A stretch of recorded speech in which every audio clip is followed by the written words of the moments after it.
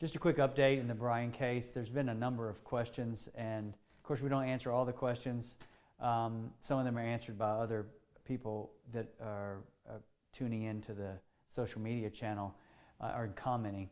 But there's a series of questions that have been asked multiple times that I felt like might deserve an answer. One of those was there ever a lawsuit filed for the perforation death? The answer is no. It doesn't look like there was a lawsuit filed for the perforation issue.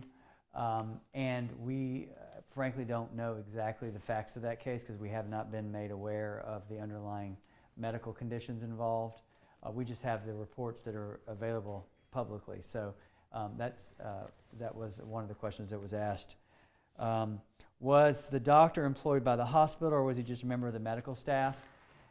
Pretty much all hospitals, except for their direct employees. Some hospitals actually direct employ physicians. Hospitalists sometimes are directly employed.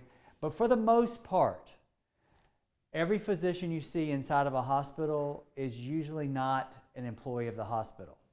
Even though they look like it, they sound like it, they're wearing garb that looks like they work at the hospital. Most of the physicians that you come in contact with at the hospital are, from a legal standpoint, are called independent contractors. And you actually sign a document acknowledging that when you walk in the door before you get treatment. You don't know you signed the document because it's on a pad, electronic iPad, and you don't know what you're signing. But they get you basically to acknowledge the fact that they're not employees of the hospital as soon as you walk in.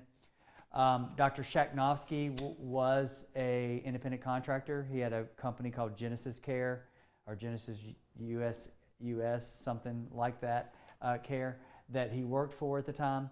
And they were an independent contractor for the hospital, but the hospitals do give credentials.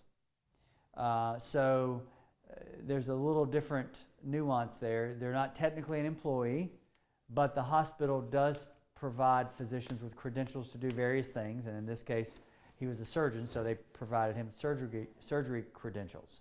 So he was a member of the staff at the time of the surgery with Mr. Bryan, but he was not technically an employee of the hospital. Is there also a civil case for this incident? Yes, hence my involvement, right? I'm a civil lawyer, so my whole involvement in this is the civil case. And we have started that process, and I have explained in other videos, in Florida, that process includes a pre-suit process that we are actually engaged in right now that's confidential. There's another question, are they even sure he went to medical school? And we know he purports that he went to osteopathic school. But do we know for sure that he actually graduated from some medical or osteopathic institution? The answer is no to that question because the criminal and the civil case are still pending. And of course, we're going to get into that and get subpoenas to the various schools that he allegedly attended to verify his attendance. Is he still practicing? He is not licensed to practice medicine in the state of Florida. His only current license that is still active, and is active for whatever reason, I don't know, is Alabama. I understand that he's not credentialed at any facility in Alabama, but is he potentially practicing there? It's hard to know. Because if he's not doing it at a hospital, he could be doing it somewhere in the state of Alabama, and it would be perfectly legal for him to do that.